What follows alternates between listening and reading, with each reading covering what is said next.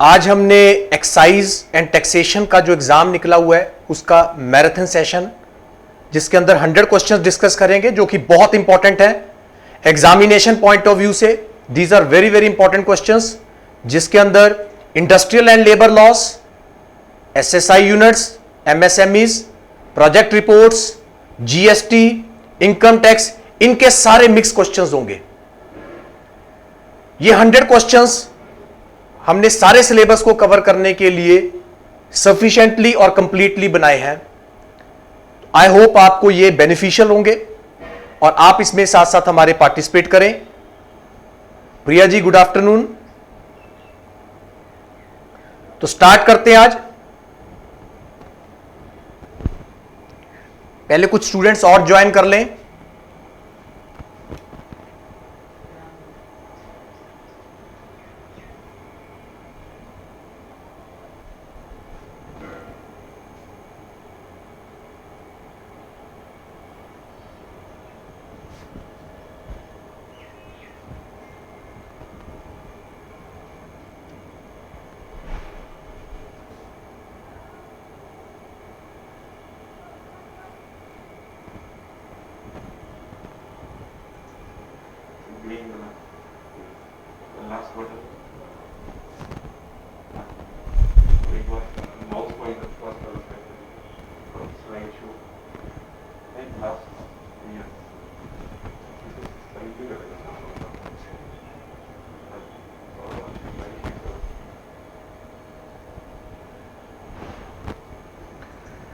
तो स्टार्ट करते हैं फर्स्ट क्वेश्चन से। आप साथ साथ क्वेश्चंस को देखें, उसकी ऑप्शंस को ध्यान से पढ़ें और उनके आंसर्स दीजिए प्लीज। मिक्स क्वेश्चंस हैं, एक्साइज के भी होंगे, कस्टम्स के भी होंगे, जीएसटी के भी होंगे, प्रोजेक्ट रिपोर्ट्स पर भी इंपॉर्टेंट क्वेश्चंस होंगे और साथ ही साथ इंडस्ट्रियल एंड लेबर लॉस, जो कि बहुत वाइड सिलेबस है, इनके क्वेश्चंस भी हमने साथ साथ डिस्कस करने हैं आपके साथ। Question number first, which of the following does not grant any tax rebate. जैसे कि आपको पता है इनकम टैक्स में there are certain saving schemes और इन्वेस्टमेंट स्कीम्स जिनके बारे में इनकम टैक्स हमें कुछ टैक्स एग्जम्पशंस, डिडक्शंस, रिबेट्स और रिलीफ देता है। देयर आर सर्टन एवेन्यूज, अगर एसएससी उन एवेन्यूज में इन्वेस्ट करता है या अपना पैसा सेव करता है या कंट्रीब्यूट करता है तो उसको certain deductions are specifically allowed under income tax act 1961। For example, under section 80C of income tax, if we contribute, if we save or if we invest in certain avenues which are specified under section 80C of income tax act, deduction up to rupees 1,50,000 is allowed. So my question is, which of the following does not grant any tax rebate? ऐसी कौन सी investment Avenue है जिसमें tax rebates नहीं मिलते? National saving certificate, जिसका short name है NSC, Indira Vikas Patra, this is also one of the saving scheme, national saving scheme NSS and public provident fund. Surabhi ji ने answer दिया है B, Indira Vikas Patra. Very good Surabhi, it is a correct option. Indira Vikas Patra are not eligible for any deduction और rebate under section 80C of income tax act 1961.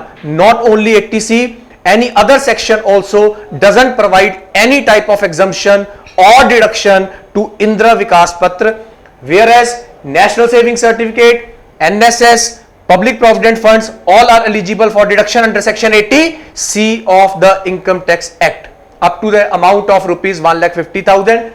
So B option, very good Surbhi. The working of SEBI, SEBI, Security and Exchange Board of India, it is constituted in 1992 to regulate capital markets in India.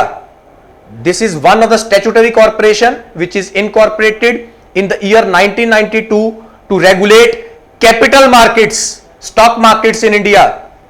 SEBI का काम क्या है? To regulate dealing in the stock markets, to check the flow dealing in the foul dealing in the stock markets, to control the insider tradings in the stock. All of these. SEBI का काम क्या है? Dealings of the stock market, yes. Check the foul dealing, गलत dealing तो नहीं हो रही कहीं in the stock market, yes. To control the insider trading means unpublished price sensitive information leak out करना, yes. All of these very good. प्रिया, निखिल, सबने बिल्कुल सही आंसर दिया है. All of these, this is the correct option. Which of the following taxes will be levied on the import? Import के time पर custom duty के अलावा और कौन सा टैक्स लेवी होता है? CGST central goods and service tax, SGST state goods and service tax, IGST integrated goods and service tax, none of the above. I have already completed this topic in your customs topic, that custom basic custom duty plus IGST integrated goods and service tax, these two taxes will be levied in case of importation. Import के time पर BCD basic custom duty plus IGST integrated goods and service tax will be levied. CGST SGST intra-state sale पर लगता है, IGST inter-state sale plus importation of the goods के ऊपर levy होता है. C is the correct option. Very good Priya, Prince, very good. Coming to the question number 4th, which of the following activity is outside the scope of supply and not taxable under GST? Which of the following activity is outside the scope of supply? जो supply की definition में नहीं cover होता और उस पर GST नहीं लगता. Service by employee to the employer in the course of or in relation to the employment, services of funeral services, actionable claims other than lottery, betting, gambling, all of the above. Nikhil ji ने all of the above, Mehakpreet all of the above, Surabhi all of the above.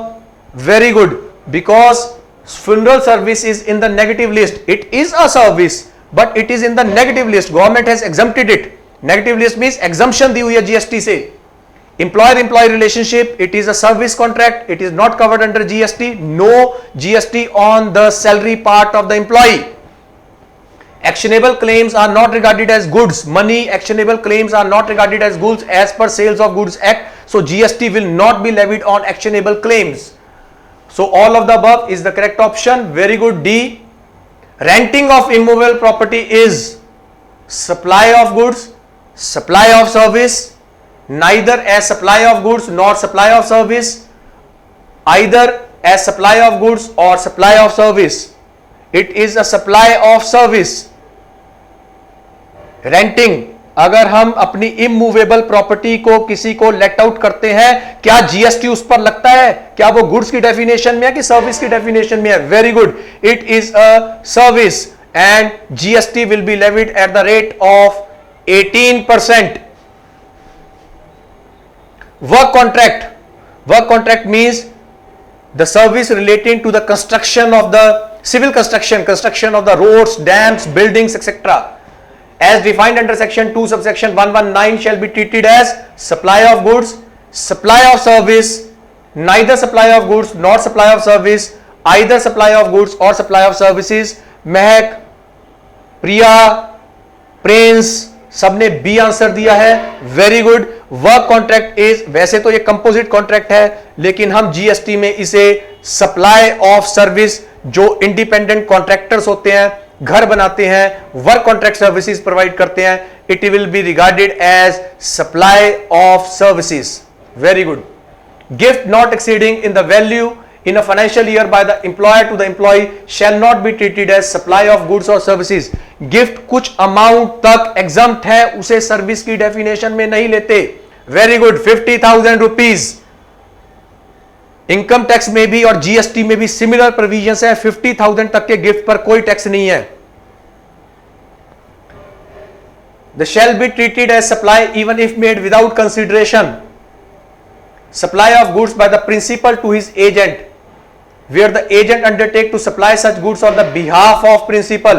supply of goods by the agent to his principal wherein the agent undertakes to receive such goods on the behalf of principal, permanent transfer or disposal of the business asset where input tax credit has been awaited on such assets, all of the above. हाँ जी please, D, very good. यहां किसी में भी consideration नहीं है, लेकिन सब supply की डेफिनेशन में कवर होते हैं. All are treated as supply. Which of the following is supply in which possession of the goods are transferred but the title of the same will be transferred at the future date? Rent a car, hire purchase, normal sale, none of the above. Please, Poonam ji, Deepak, Prince, Surabhi, सबने B answer दिया है. Very good. It is hire purchase because hire purchase में ownership तब transfer होती है जब आप last instalment pay करते हैं. What would be the tax rate applicable in case of composite supply? Composite means जिसमें बहुत सारे, कंपोजिट सप्लाई मींस जिसमें बहुत से अलग अलग तरह की प्रोडक्ट होते हैं. The rates as applicable to the principal supply, the rates applicable to ancillary supply, the rate applicable to respective supply, none of the above. Nikhil ji ने आंसर दिया है प्रिंसिपल सप्लाई. Very good. जो प्रिंसिपल प्रोडक्ट होगा अगर उसका rate सबसे ज्यादा होगा तो सारे कंपोजिट सप्लाई पर वही रेट लग जाएगा. तो rate as applicable to the principal supply will be applicable to the composite supply even if certain goods are exempted in that composite supply. Means two or more individuals supplying goods or services or any combination thereof made in conjunction with each other by the taxable person for a single price where such supply does not constitute a composite supply. हाँ जी please ध्यान से question पढ़िए. Mix supply नहीं है Gurshan. It is principal supply. Means two or more individual supplying the goods or services or any combination thereof made in conjunction with each other by the taxable person for a single price. Single price है, यहां multiple prices नहीं है. Principal supply होता है वो. What is the threshold limit of the turnover in the preceding financial year for opting to pay under composition scheme for the state?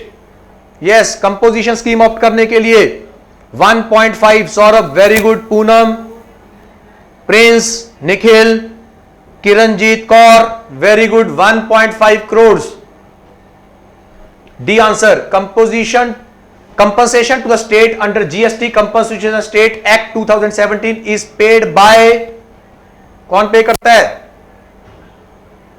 Central government from consolidated fund of India, central government from the consolidated GST compensation fund, central government directly from the collection of the compensation cess, GST council under constitution of India.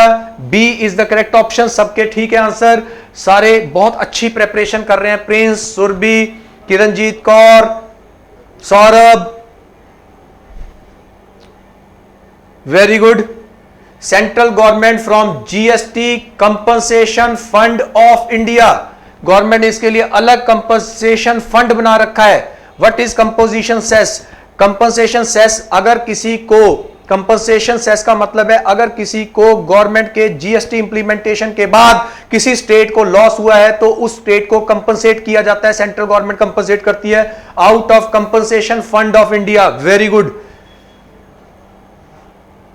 while computing compensation to state tax revenue to of this tax, these tax is excluded. yes, कौन से product exclude है?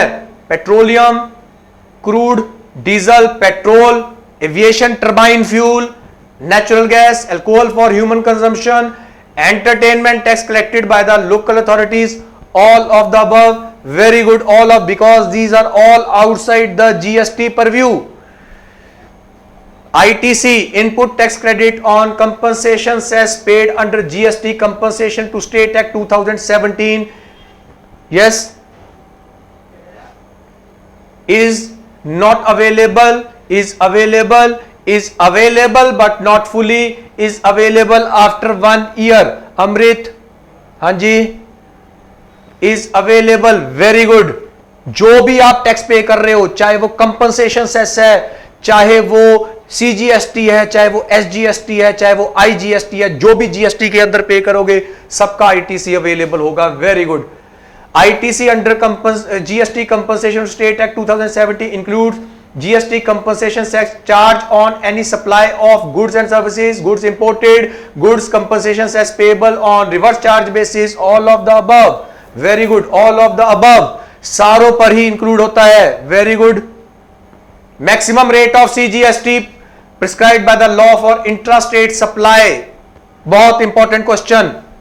20%. Very good. Surabhi, Mehak, Prince, Amrit, बहुत अच्छा. Kiranjeet Kaur, input tax credit on compensation cess paid under GST compensation to state act 2017 is available for the payment of. Yes, इस compensation cess में से क्या pay कर सकते हो? IGST, CGST, compensation under GST compensation to state act, none of the above. C. Very good. Compensation cess में से compensation cess ही सेट ऑफ होता है. IGST is payable when supply is interstate, intrastate, intra-UT, all of the above. It is interstate. Interstate में IGST, intrastate में CGST, SGST या UTGST. Very good. A option.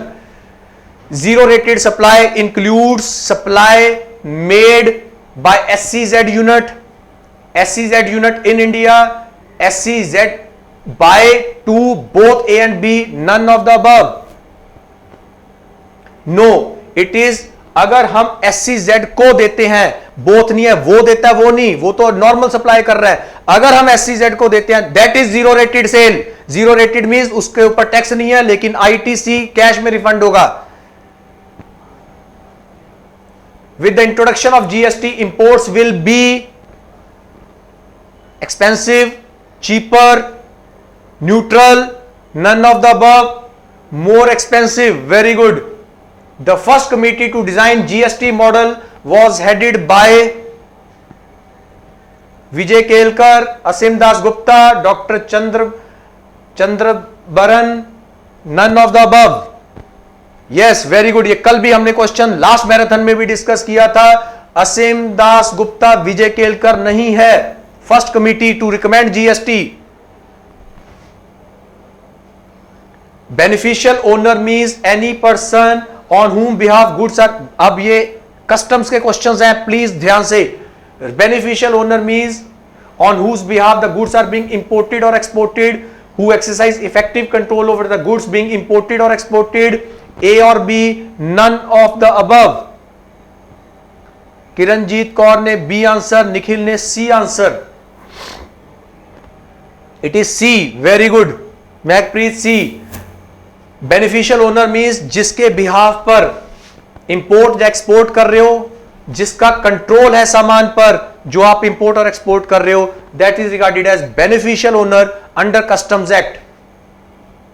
Person in charge means in relation to the vessel, the master of the vessel; in relation to the aircraft, the commander of the or the pilot in charge of the aircraft; in relation to the railway train, the conductor, guard or any person having the chief directions of the train, all of the above. Very good. Person in charge of the vessel or the aircraft or the railway, जिसके पास सारा control है.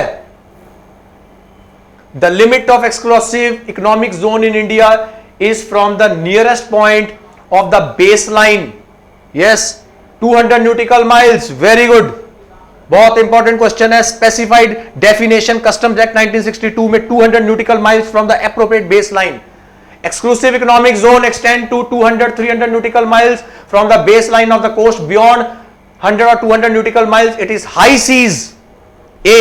Yes, दोनों जगह 200 है. Indian custom water means water extended into the sea up to, yes, the limit of, सारे वहां answer देंगे 12 nautical miles नहीं है. Limit of exclusive economic zone, which of the following is the taxable event for imported goods? Unloading of the imported goods at custom port, date of entry into the custom territory water, date of presentation of bill of entry, date on which goods cross the custom barrier, import की बात कर रहा है।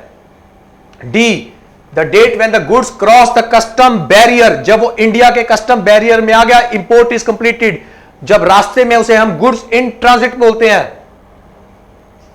मैं rate नहीं पूछा कौन सा लगना है, मैं सौरभ का बिल्कुल आंसर ठीक है, मैं रेट नहीं पूछ रहा बेटा। Rate of BCD is bill of entry or arrival of ship whichever is earlier होता है, लेकिन ये इंपोर्ट की डेट पूछ रहा है। इंपोर्ट जब हमारे कस्टम स्टेशन के अंदर एंटर कर गया वेसल, उस दिन इंपोर्टेशन मानी जाती है। Which of these is are not adjudicating authority under customs act 1962? Commissioner of custom, principal commissioner of custom, commissioner appeals, assistant commissioner of customs. C, commissioner appeal is not adjudicating authority. Which of these is not an adjudicating authority? Commissioner appeal नहीं होता, assistant होता है बेटा, assistant होता है। Person in charge in case of the vessel or the aircraft delivered to the proper officer by presenting electronic prior to the arrival of the ship, vessel or aircraft as the case may be, and in case of a vehicle an importer reports within after its arrival into the custom station. Arrival manifest और import manifest, हाँ जी बताइए, 12 hours, and arrival manifest or import manifest 24 hours, import report 12 hours, none of the above. B answer, no, it is A, arrival manifest। arrival manifest होता है और जिसे हम import manifest भी कहते हैं, और 12 hour है, 24 hour नहीं है। An arrival manifest or import report is not delivered to the proper officer within the time specified, then the penalty will be levied 10, 50, 20, none of the above. It is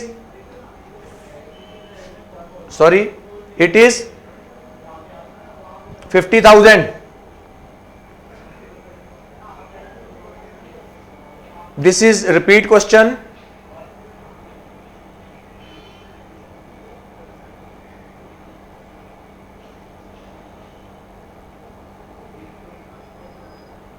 Question number 32. Imported goods shall not be unloaded from, or export goods shall not be loaded on any conveyance except under the supervision of proper officer, importer, authorized person, none of the above. A, proper officer, very good। importer की requirement नहीं होती, ना ही importer allowed है वहां।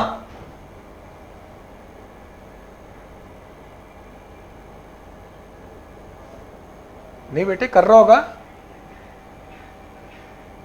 कोई बात नहीं, ये तो हमने YouTube पर भी डालनी है video, no problem. Central excise duty is imposed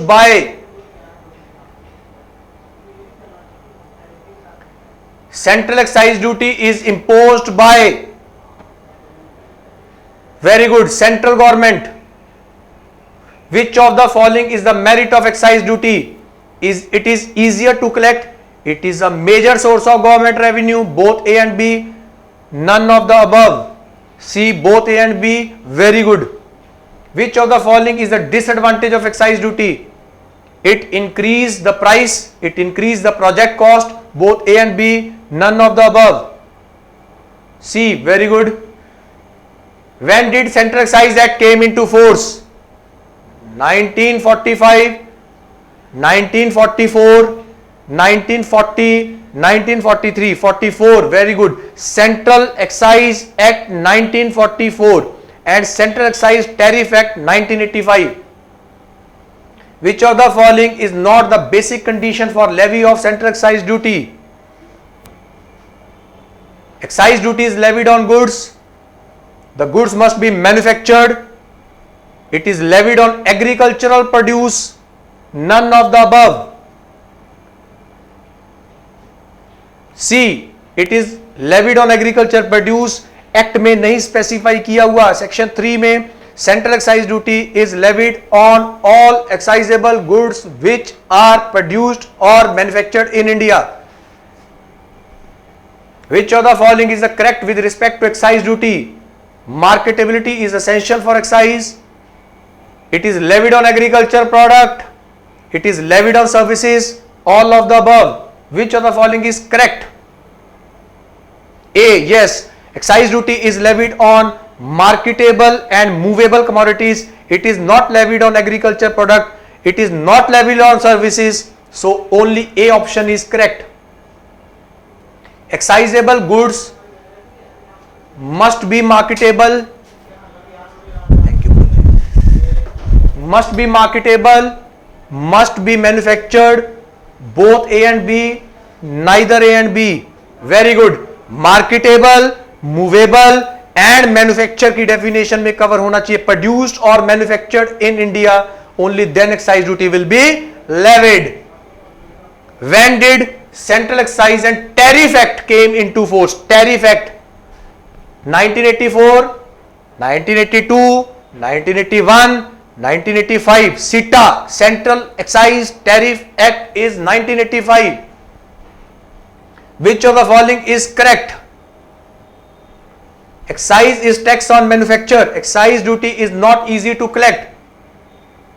Excise duty reduce the cost of goods. None of the above. A. It is tax on manufacture. Very good. What does MRP stand for? Maximum return profit, minimum retail price, maximum return profit, maximum retail price. D. It is MRP means maximum retail price inclusive of all taxes. D. Very good. A set A is a set of activities which are networked in order and aim towards achieving the goals of the project. Now questions of project management. Project process, project management, project cycle. Yes, A. Project. Very good. Resources refers to, project की बात कर रहे हैं, man power, machinery, material, all of the above. All of the above. Very good. Developing a technology is an example of process, project, scope, all of the above.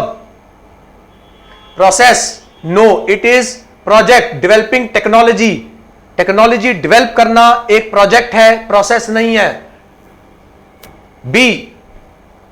The project life cycle consists of understanding the scope of the project, objective of the project, formulating and planning various activities, all of the above. All of the project life cycle start from inception stage, conceiving the idea, and complete तब होगा जब implement हो जाता है. Following are the responsibilities of the project manager: budgeting and cost control, allocating resources, tracking project expenditure, all of the above. Very good. It is all of the above. Designing phase consists of input received, output received, both A and B, none of the above. Very good. Both A and B. Project performance consists of time, cost, quality, all of the above. It is all of the above. 5 dimensions that must be managed on a project: constraint, quality, cost, schedule, staff. Features, quality, cost, schedule, staff. Feature, priority, cost, schedule, staff. And features, quality, cost, schedule, and customer. B. Very good. Very good. It is features, quality, cost, schedule, and the staff. Resources.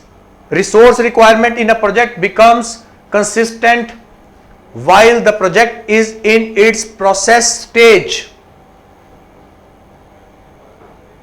80 to 95%. Very good. In the initial stage of the project, the probability of completing the project is low. Very good. The entire process of project may be considered to be make up on the number of sub processes placed in different stages called C. Work breakdown structure. WBS. Work breakdown structure. हम अलग अलग parts में project के सारे steps को तोड़ देते हैं. Very good. tools used for comparison of the proposed project to complete the project of the similar nature whose costs are known. Algorithm model, expert judgment, top down, analogy. Yes, B, no, it is D, analogy. ध्यान रखना इसको. Tools used to compare proposed project to the complete project. जब हम compare करते हैं तो उसे analogy बोलते हैं. Each component of the software product is separate estimate and result aggregate to produce an estimate for the overall job. Yes, algorithm model, expert judgment, bottom up, top down. Yes, A, algorithm model. No, it is bottom up. थोड़ा ये याद रखना पड़ेगा आपको. Following are the components of risk management, risk assessment, risk control, risk ranking, all of the above, all of the above. Following are the cherry ethics of the project mindset: time, responsiveness, information sharing, process, structure, planning. Time, project management, information sharing, process, structure, planning. Time, responsiveness, information sharing, capability, structured planning. Time, responsiveness, information sharing, process, project planning. It is A. It is सबसे पहले time, responsiveness, information sharing, process, structured planning. Controlling the changes in the project may affect the progress of the project, stage cost, project scope, all of the above. All of the above. Very good.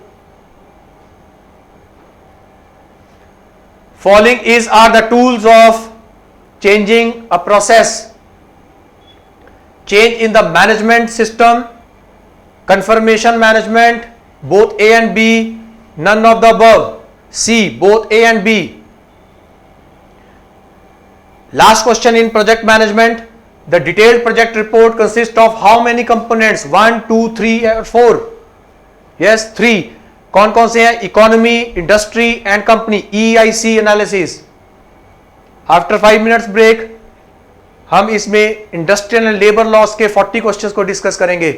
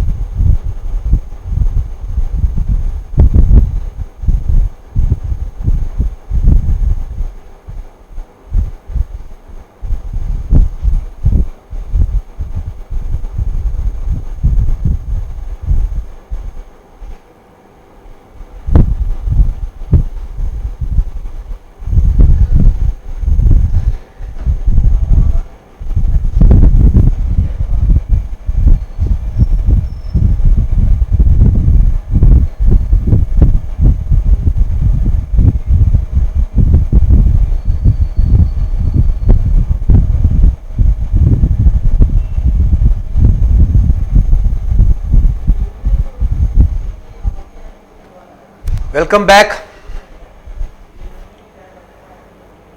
The space of every worker employed in a factory after the commencement of Factories Act 1948 should be dash cubic meter. C 14.2. Check करिए please.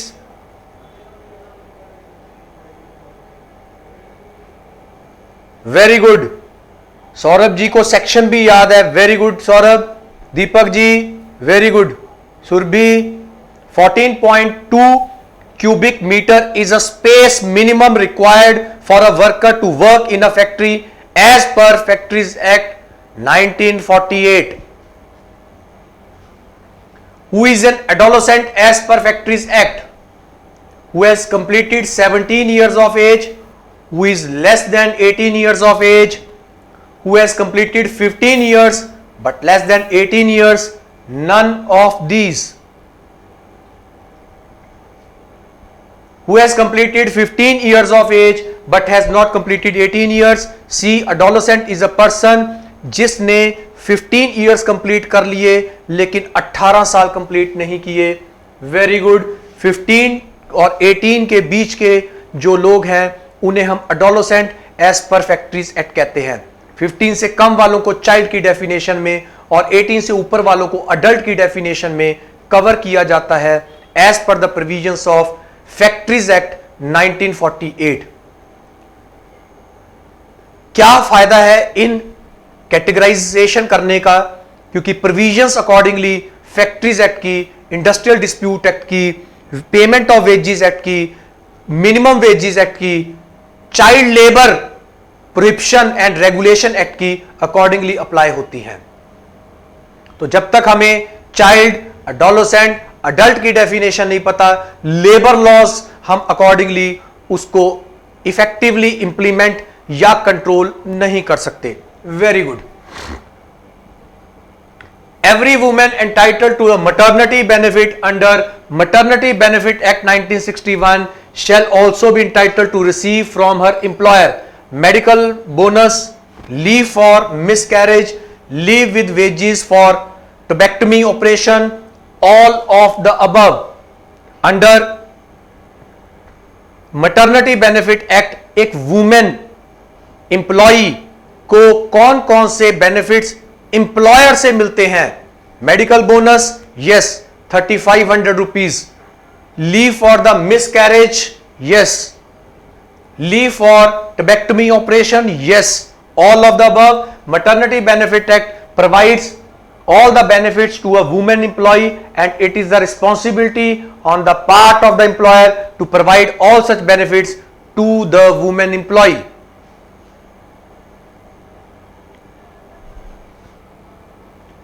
Annual return under Factories Act shall be submitted to the inspector of the factories on or before. Annual return under Factories Act. Saurabh A, Poonam A, Deepak A, Harshpinder Singh welcome बेटा ए.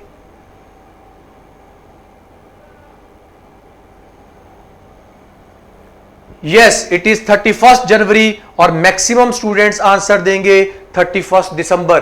1 month extra is given for filing the annual return, जिसके अंदर factories act की कौन कौन सी provisions की compliance हो रही है वो सब स्पेसिफाई करना पड़ता है.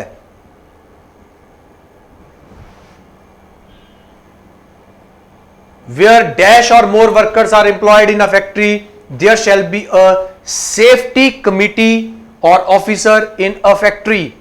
100 और मोर, 150 और मोर, 200 और मोर, 250 और मोर. सबका आंसर प्रिंस, सुरभि, किरणजीत कौर, दीपक, हर्षपिंदर इज गलत है, जो कि बिल्कुल गलत है. मैंने बहुत बार समझाया है. फैक्ट्रीज एक्ट पूछ रहा है बेटा, एम्प्लॉय कोड नहीं पूछ रहा. यही गलती करोगे पेपर में. कितनी बार बताया, वेलफेयर ऑफिसर नहीं पूछ रहा, सेफ्टी और कमिटी पूछ रहा है. 250 पर है. यस, अमनदीप जी कभी कभी बोलते हैं पर बिल्कुल करेक्ट आंसर बोलते हैं। बेटा गलत नहीं होना चाहिए बिल्कुल भी। ध्यान रखो, welfare officer, safety officer, new employ labour code के अकॉर्डिंगली एक ही है सेफ्टी कमिटी। फैक्ट्रीज एक्ट में पूछा है मैंने। Coming to the question number 66, the occupier of the factory has to submit a document on or before dash of every year to renew the licence for the factory. आपको हर साल, कोई बात नहीं बेटा, मैं समझता हूं Amandeep ji, you are very attentive in the classes, no problem. 31 October, very good, very good. Occupier of the factory has to submit a document on or before 31 October of every year to renew a licence for the factory.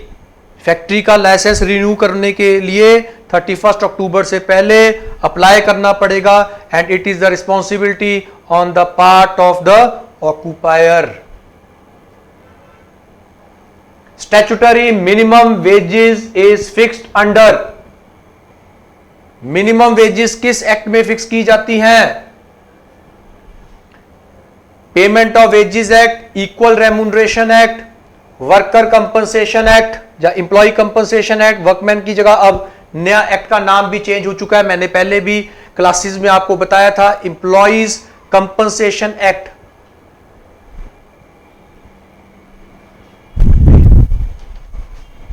Minimum wages act 1948,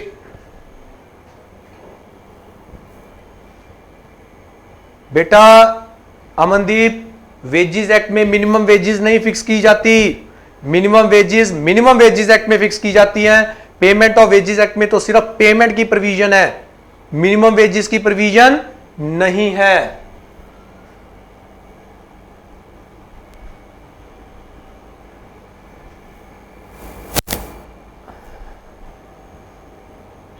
the minimum wages as fixed under minimum wages act must be revised at least, बड़ी बार, क्योंकि new labour code में भी 3 years नहीं है।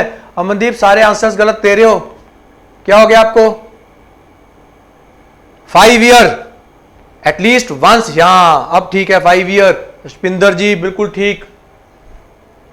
और new labour code में भी 5 ईयर की ही प्रोविजन है। So the minimum wages must be revised at least after every 5 years. It is a compulsory requirement, क्योंकि उसमें ज्योग्राफिकल एरिया, कंडीशंस, वर्कर्स का लिविंग स्टैंडर्ड सब कुछ देख के उसे रिवाइज किया जाता है।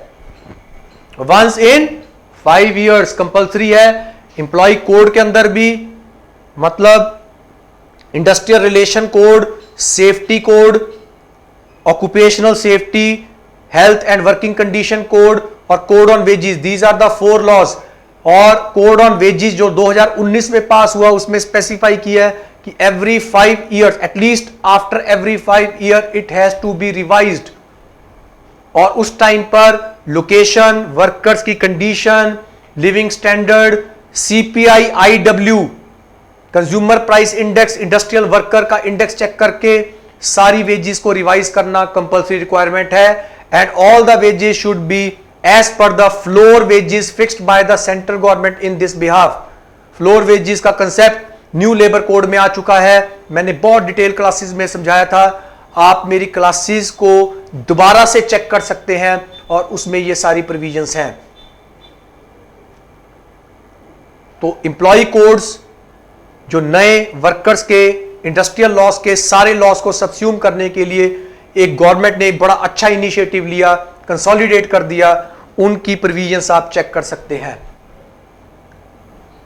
In order to protect the minimum wages against inflation, the central government has made the provisions of variable DA, VDA, linked to wholesale price index number for industrial workers, IW, consumer price index, CPI, IW, consumer price index for all urban customer, CPI, WC, UC, wholesale price index number for urban consumer, WPI, UC। Yes, CPI use होता है और वो भी IW वाला, industrial workers वाला।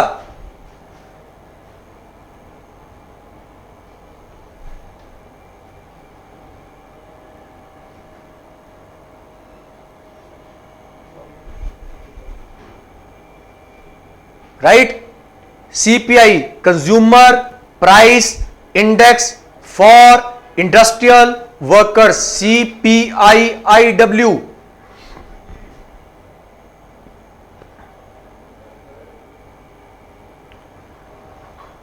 Industrial Employment Standing Order Act is applicable in every industrial establishment where dash workers are employed। 200, 150, ध्यान से देखना, 100 और 50। स्टैंडिंग ऑर्डर एक्ट क्या कहता है? हर एक वो एस्टेब्लिशमेंट जिसमें रिक्वायर्ड नंबर ऑफ पर्सन होंगे, उनके अपने रूल्स एंड रेगुलेशंस होने चाहिए, और वो rules and regulations, bylaws her worker को अवेयर करवाने हैं और उसको नोटिस बोर्ड पर पेस्ट भी करना है। वर्किंग आवर्स कितने होंगे, ओवर टाइम का क्या रेट है, rules, policies, strategies regarding industrial worker has to be specified. Standing order should be vetted and standing orders should also be approved by the appropriate authority.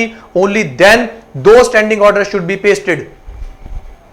Very good. 100 or more worker in new labor code, it is 300 workers। ध्यान रखना है बेटा आपने, नहीं तो question गलत हो जाएगा।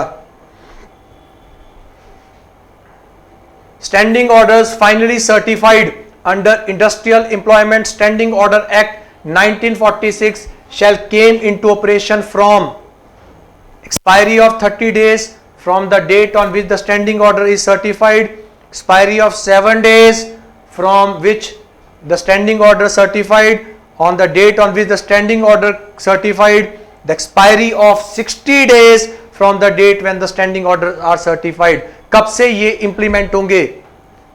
A, standing order shall came into force from the 30th, yes, 30 days from the date when the standing orders are certified. We have to submit certain copies to the standing order committee for certification of our standing orders. When the committee certify it, those are effective after 30 days of certification। एक ही दम नहीं होते, 30 days के बाद होते हैं वो। Very good। On the expiry of 30 days from the date on which the standing orders are certified, standing order finally certified under the Industrial Employment Standing Order Act 1946 came into operation when appeal has been filed। अब appeal की बात कर रहा है। Standing orders में कोई गलती निकली, आपने अपील की, अपील के बाद वो कब से इंप्लीमेंट होंगे? On the expiry of 30 days from the date when the standing order certified, on the expiry of 7 days from the date appellate authority decision is given, on the date on which standing order certified, the expiry of 60 days when the, very good, it is B, obviously जब appellant authority उस पर decision देगी उसके 7 दिन के बाद वो applicable हो जाएंगे। अमृत, दीपक, वेरी गुड परफॉर्मेंस, बहुत अच्छा है बेटा। 7 डेज, 30 डेज में ओरिजिनल वाले, 7 डेज में एपिलेंट वाले। अपील वाले 7 days from the decision of appeal, original वाले 30 days when those are certified. Right. For certification of standing order, how many copies of the draft standing order be submitted to the certifying officer by the employer? Certifying officer को पहले देनी पड़ेंगी draft कि ये बनाए हैं, इसमें गलतियां ठीक करो। प्रिंस ए, अमनदीप 5, वेरी गुड, 5 कॉपीज। तो उसमें जो ऑब्जेक्शन उसे लगेगी उसको ठीक करके वो आपको फिर अपील भी कर सकते हैं, वो आपको दे देगा, उसके 30 डेज में आप उसे इंप्लीमेंट कर देंगे। तो 5 कॉपीज सफिशिएंट कॉपीज देनी पड़ती हैं। वैसे नॉर्मली जब भी हम गवर्नमेंट को अप्लाई करते हैं किसी भी जगह तो ट्रिप्लिकेट कॉपीज होती हैं, 3 कॉपीज, लेकिन सर्टिफाइड स्टैंडिंग ऑर्डर्स के ड्राफ्ट को करवाने के लिए आपको 5 copies of the draft standing orders have to be submitted to the certifying officer। right? What is the time frame in which the employer shall submit 5 copies of the draft standing order proposed by him for adoption in the industrial establishment? 1 month from the date on which standing orders become applicable, 12 months from the date on which standing orders act become applicable, 18 months from the date on which standing orders act becomes applicable, 6 months from the date on which standing orders act become applicable. हाँ जी,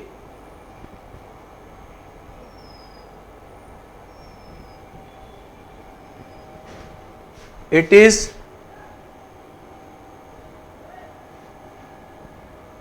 section 3 पर 6 months, बेटा 6 months है Amandeep, very good.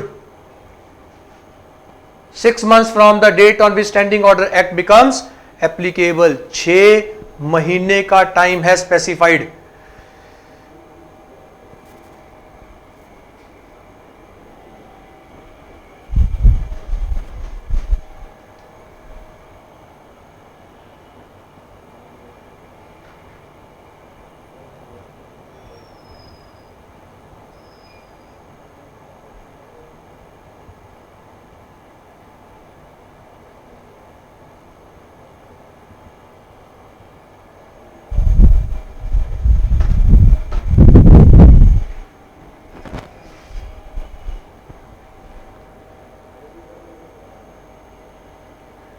बेटे इसकी जरूरत नहीं है, इतने इंपॉर्टेंट एक्ट नहीं है, लेकिन जितने इंपॉर्टेंट पॉइंट्स थे वो मैंने डाल दिए. इसीलिए मैंने इसके क्वेश्चन ज्यादा बना लिए थे कि अगर इनमें से क्वेश्चन आएंगे, ये 4 ही हैं. In which language standing order posted on the notice board? Detail पढ़ने की रिक्वायरमेंट नहीं है. इंग्लिश लैंग्वेज और that is and in a language that is understood by majority of the workman. यार ये तो बड़ी ऑब्वियस सी बात है. किस लैंग्वेज में लिखोगे? एक तो रीजनल लैंग्वेज प्लस इंग्लिश में देने पड़ेंगे, चाहे वर्कर्स अनपढ़ भी हो. बड़ी अजीब बात है. तो इंग्लिश लैंग्वेज प्लस रीजनल, जो मैक्सिमम ऑफ द वर्कर्स, अगर पंजाब की किसी फैक्ट्री में है तो पंजाबी, हरियाणा में है तो हिंदी, महाराष्ट्र में तो मराठी, तो उस लैंग्वेज में A. Very good.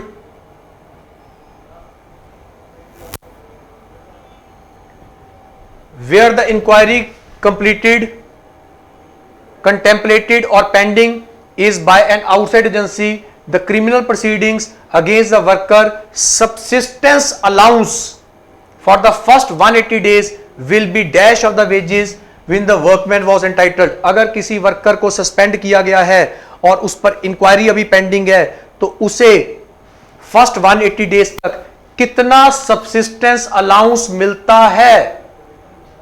75%, half. Saurabh A, half of the wages. Very good Saurabh.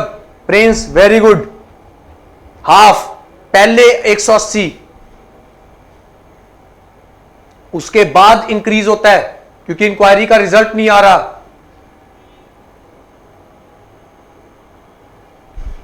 तो for 180 days 50% of the wages will be given as subsistence allowance. In case of the death, an amount equal to 50% of the monthly wages multiplied by the factor as per given in the schedule 4 of the act of the deceased workman, or an amount of rupees dash, whichever is more, will be payable as compensation. Employees compensation act में कितनी compensation है? 50% of the wages multiply by उसके as के accordingly एक factor निकाला होता है, उससे मल्टीप्लाई, और एक मिनिमम वेजेस भी है, एक मिनिमम कंपनसेशन भी है, स्पेसिफाई की हुई एक्ट में. वेजेस वो उसकी 10,000 वेजेस है, उसका 50% 5,000 multiply by the relevant factor, उसकी एज के अकॉर्डिंगली उसका फैक्टर निकाला जाता है. और रुपीज डैश बहुत इंपॉर्टेंट है इंप्लॉय कंपनसेशन एक्ट में. विच एवर इज मोर, मोर है, लेस नहीं है. चेक करें. 80,000 which ever more. This has been increased to 120. Very good. Third option प्रिया ठीक है, सौरभ ठीक है, पहले 80 था अब 120 हो गया, स्पेसिफाई कर दिया 120। Where the accident results in the permanent total disability, permanent disability अब and amount equal to 60% of the wages. अब वेजेस का 60% कर देते हैं, डेथ में 50 है यहां 60 है, इनटू फैक्टर, और यस मिनिमम कितना है डी 140, वेरी गुड, पहले 90 था जो कि 140, तो डिसेबिलिटी और डेथ में दोनों में उसमें 120 है, डेथ में, परमानेंट डिसेबिलिटी में 140 है, 60% है यहां, वहां 50% है, और multiply by the age factor, उसका वो एज फैक्टर शेड्यूल में स्पेसिफाई किए हैं कि वर्कर की एज डेथ या at the time of permanent total disability में कितनी थी, उसकी एज के अकॉर्डिंगली उसका फैक्टर होता है, उससे हम मल्टीप्लाई करते हैं। Under employees compensation act, employer shall not be liable to pay compensation in respect of any injury which does not result in the total or permanent disability of the worker for a period exceeding, maximum कितने दिन के लिए मिलती है, कितने दिनों में compensation देना है, सब लॉस एप्लीकेबल है इंडस्ट्रीज में, 3 days, वेरी गुड, 3 दिन के अंदर अंदर, अदरवाइज पेनल्टी भी देनी पड़ेगी, इंटरेस्ट भी देना पड़ेगा अनड्यू डिले के लिए। What is the funeral expenses to be deposited with the commissioner for the payment of eldest surviving dependent as per employees compensation? 7,500 max, 5,000 max, 5,000 min and 10,000 min। 5,000 तो दो ऑप्शन में है बेटा, 5,000 मिनिमम, मैक्सिमम कैसे decide करेगा वो, it is 5,000 minimum, सी। बेटा ज्यादा से ज्यादा तो वो एम्प्लॉयर की डिस्क्रिशन है, प्रिया वेरी गुड।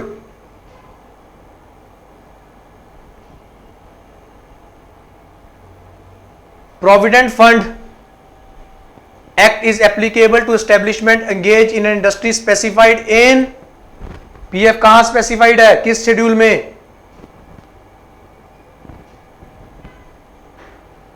फटाफट,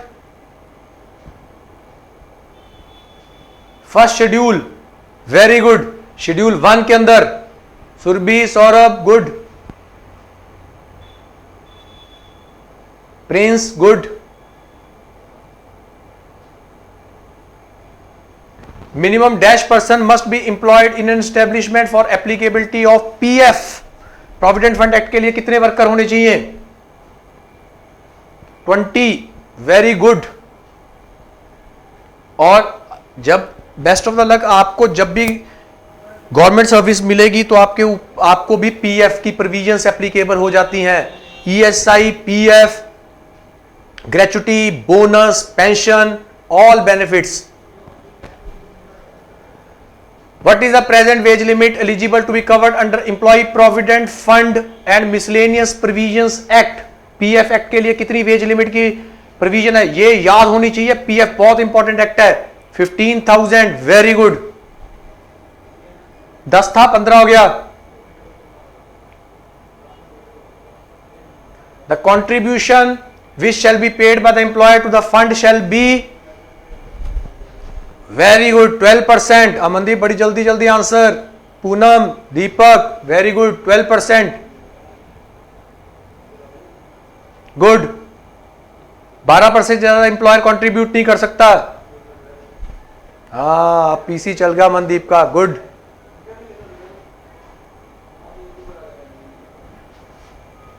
Contribution under Employees Provident Fund and Miscellaneous Provisions Act 1952 and Employees Provident Fund and Miscellaneous Provisions Scheme 1952 from this to this with effect from 1st September।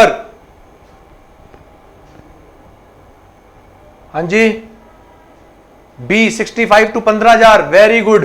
पहले 6500 सिर्फ होती थी लिमिट, 15,000 सीधा ही jump, इतना बड़ा jump. How many years of service is needed to qualify for employee pension scheme?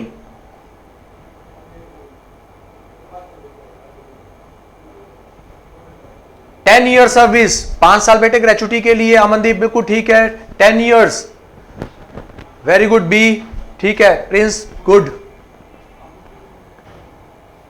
Employee State Insurance Act has extended to shop, hotels, restaurants, cinema halls, including preview theaters, road motor transport undertaking, newspaper establishment employing dash or more persons. B 20, very good. Employee State Insurance Act is applicable for non-seasonal factories using power and employing dash or more person. 10, very good. Employees who are getting a daily average wage up to dash are exempted from contributing employees share to ESI. C 176, very good, इनको exempt है. Employees of covered establishment whose monthly income does not exceed dash per month are eligible to avail benefit under Employee State Insurance Act. ESI कितनी veg limit है बेटा? 21,000 है ESI में, ध्यान रखना है, वहां 15 नहीं है, 15 PF में है. The rate of employer contribution to the employee state insurance, मैं 2 बार ये क्वेश्चन डिस्कस कर चुका हूं, लास्ट मैराथन में भी किया था. Yes, 3.25%, very good. The rate of employers contribution, sorry पहले हमने एम्प्लॉय कंट्रीब्यूशन पूछा था, एम्प्लॉय कंट्रीब्यूशन, तो एम्प्लॉय कंट्रीब्यूशन आपके पास है 0.75, और अगले क्वेश्चन में मैंने पूछा है, एक बार दोबारा से दोनों क्वेश्चन देखते हैं. एक बार मैंने पूछा है एम्प्लॉयज कंट्रीब्यूशन, तो 0.75, ये रहा इसका आंसर. और अगले क्वेश्चन में मैंने पूछा है एम्प्लॉयर कंट्रीब्यूशन, तो वो है 3.25. ध्यान रखना, पढ़ लेना, एम्प्लॉय की employer, employee 0.75% of the wages, employer contribution is 3.25% of the wages. Minimum wage limit for physically disabled person for availing ESI benefit is 25,000, very good. Under child labour prohibition and regulation act 1986, a child is one who has not completed child labour एब, factories act नहीं है. Child labour D, very good, 14 years है यहां. Child labour में 14 साल है, factories में 15 साल है. Under child labour prohibition and regulation act, adolescent is one who has completed 14 years of age but has not completed, यहां सेम है लेकिन 14 है 15 की जगह, who has not completed 18 years, very good. As per the Child Labor Prohibition and Regulation Act, a child should not be permitted to work between dash to dash time, 7 to 8. Anybody who contravenes the provisions of section 3 prohibition of employment of child labor, कितना fine है? shall be fined with minimum and which may be extend to maximum. A 10 से 20, very good. The period of work of a child under child labor prohibition regulation act shall not exceed, कितनी देर काम कर सकता है child labour अगर हम उसे कहीं इंप्लॉय करते हैं? 3 hours. A break of at least dash is given to the child as per section this for hours and period of work under the Child Labor Act. 1 hour. What is the qualifying service to claim gratuity in case of the death or disablement? Death or disablement पूछ रहा हूं. Death or disablement, बेटा पढ़ते नहीं हो आप ध्यान से. No such prescription. बंदा 1 साल बाद ही मर गया तो 5 साल कैसे पूरे करेगा? No such prescription. Yes. So आज का मैंने सेशन पूरा कंप्लीट कर दिया. आई थिंक सफिशिएंट सेशंस हो गए. Best of luck. अब और सेशंस नहीं हम लेंगे. आपका परसों एग्जाम है, उसके लिए आप सबको best of luck. Thank you. Have a nice day. इसके मैं PDF आपको अटैच कर दूंगा.